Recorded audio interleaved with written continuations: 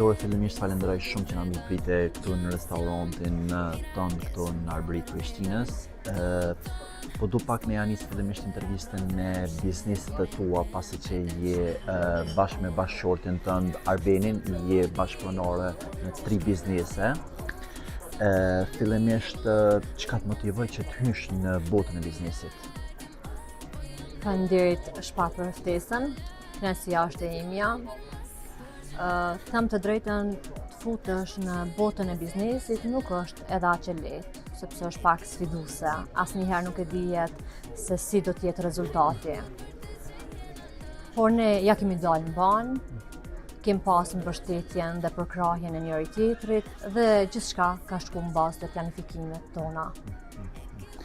Por shpesh herë në shoqërinë tonë kosovare ka paragjykime për një grua se a do të mund t'ja dalë në banë me biznesin, se kjo ka vendosur me hy kështu, bizneset janë vetëm për burra, bla bla bla. A është e vështirë realisht për një grua që me menaxhu 1, 2 ose disa biznese siç e ke ti aktualisht?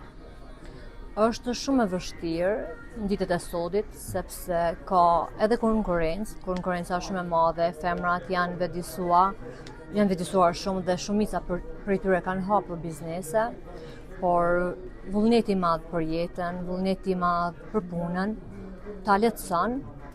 Pavarësisht që unë jam edhe nën, kam fëmijë, kam familje, domethënë është edhe për kujdesja atyre, është një angazhim ekstra tjetër. Por kur ka njëri qëllime në jetë, ka vizion në jetë, mundet me arrit gjithçka. Por realisht cili është ai sekreti ose ai recepti që ti e ke përdorur për më tregu shikuesve që ke mujt me qëndru kaq gjatë, po them kushtimisht në këtë botën e biznesit? Që me pas parasysh si një lloj mesazhi për femrat kosovare që mos me ngurru edhe me u fut në botën e biznesit realisht. Mendoj që në radhë parë është vendosmëria. Duhesh të kesh vizion në jetë, duhet të kesh qëllim në jetë, duhesh me ditë se çka ti don në jetë, pastaj gjërat tjera rrjedhin vet. Normal është e vështirë, por me qëllim të mirë, me pasion, me dashurinë e madhe që unë kam për punën, kam arrit m'ia dal në banë. Po do më ta bëni pyetje pak më spajsi. Që shiki raportet me financa, mujna me thonë që Vitoria është një grua milionere?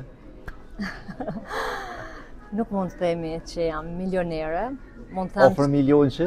Jo, unë jam një grua dhe një nënë e pasur në shpirt, e përmbushur shpirtërisht, me 2 vajzat e mia të mrekullueshme që e kam, me bashkëshortin tim, me prindrit e mi, me vjerrit e mi, me shoqërinë dhe miqet që më duan të mirën. Kjo mendoj është pasuria më e madhe në jetë. Por sa është e rëndësishme për ty kjo pavarësia financiare dhe të qenurit, po them kushtimisht e pasur?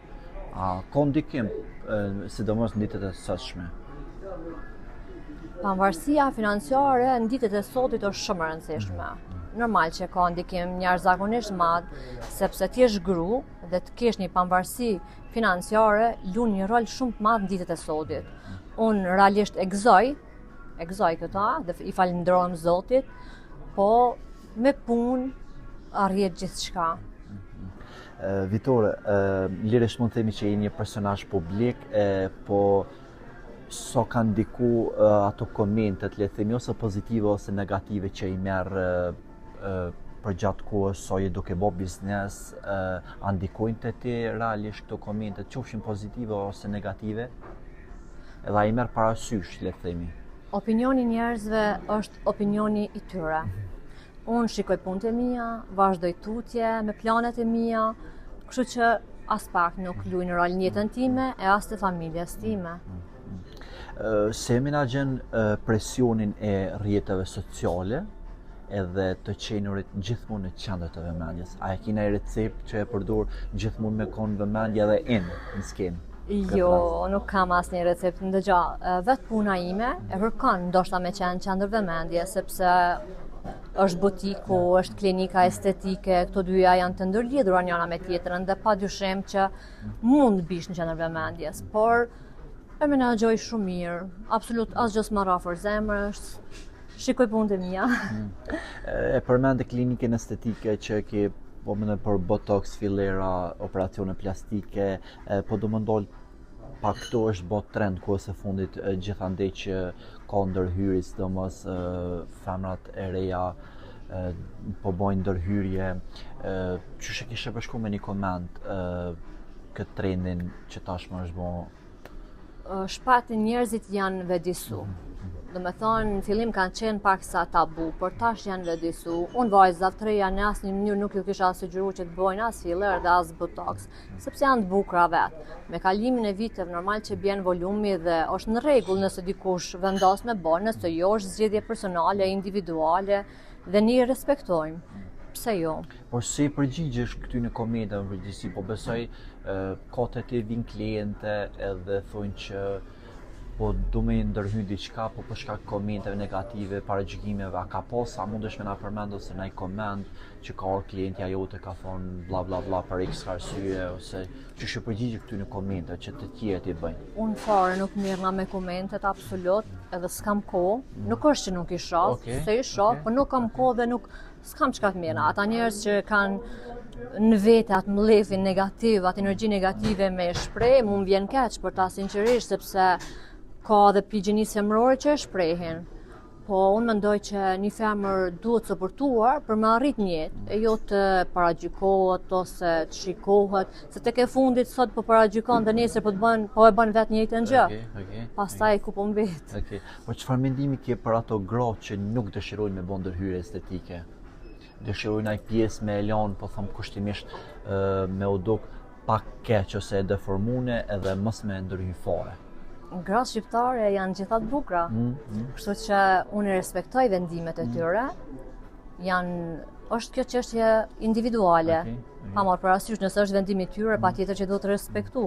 Edhe na jena gjitha të bukura. Po kalojmë pak tek familja.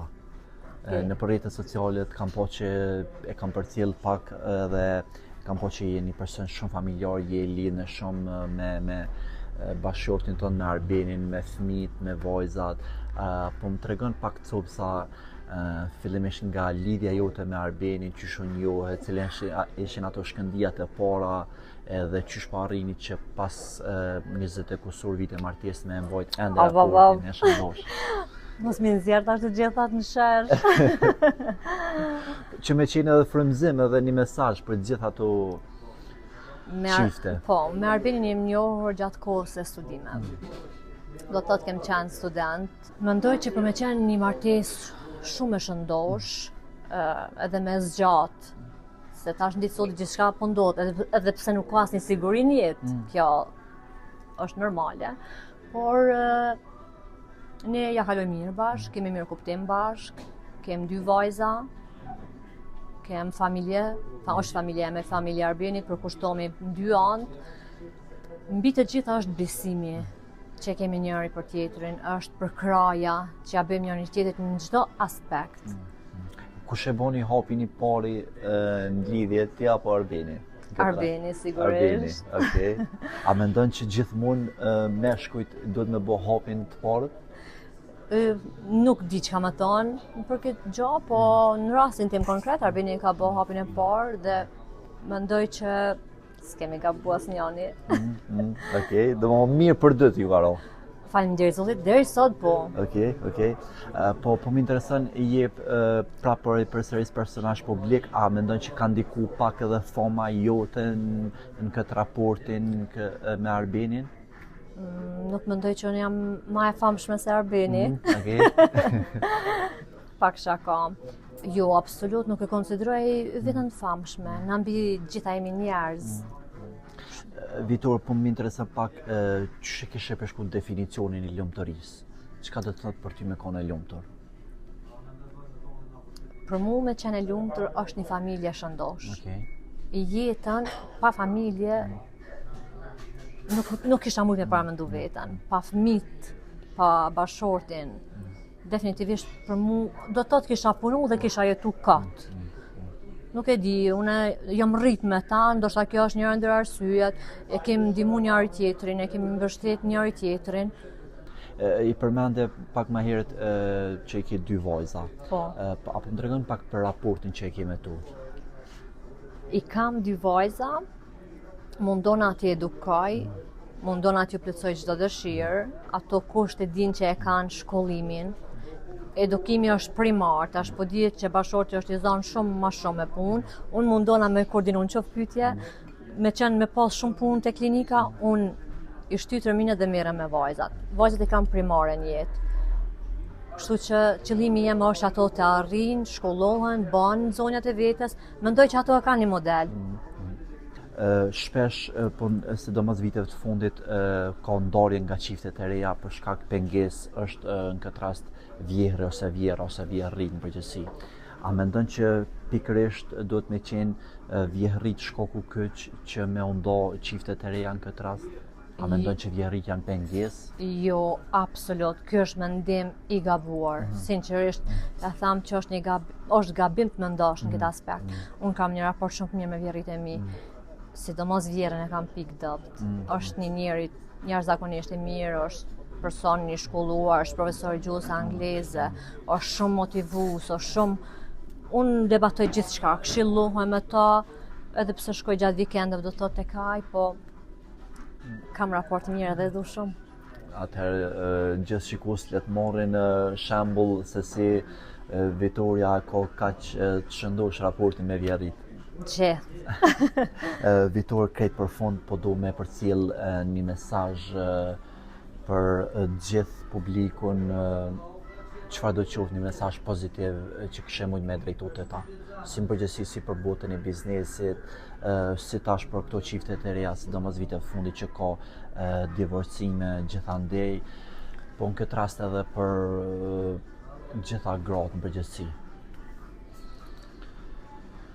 Shpat sa i përket anës divorcit, nuk më takon mu me fol, sepse gjithë secili i di punët e veta. Tash, mendoj që askush nuk ka dëshirë me pas divorce apo gjana tjera në jetë. Unë femrav, jam shumë feministe, grave, ju kisha thënë, duajeni veten rreth parë, pastaj falni dashuritë të tjerëve. Punoni fort për ëndrat e juaja. Mos zhgënjeni, nëse rrëzoi herë, përmbledhi forca dhe ngritën këmbë, asgjë s'bëhet. Kështu që jeta është shumë sfiduese, ka shumë sfida, kur gjë nuk është çka postohet në rrjetet sociale. Exact. Se për shembull një shohin diçka në rrjetet sociale dhe wow, marrin larmi. Po jeta ka sfidat e saj, kështu që le të ndjekin ëndrrën e tyre, të punojnë fort. Sot nuk është zor, në ditën e sotit mundesh me biznes, mundesh me shkollu, mundesh me kry lloj-lloj trajnimi, mundesh me ja kriju vetes një punë edhe mbas asaj punës të punësosh edhe personat e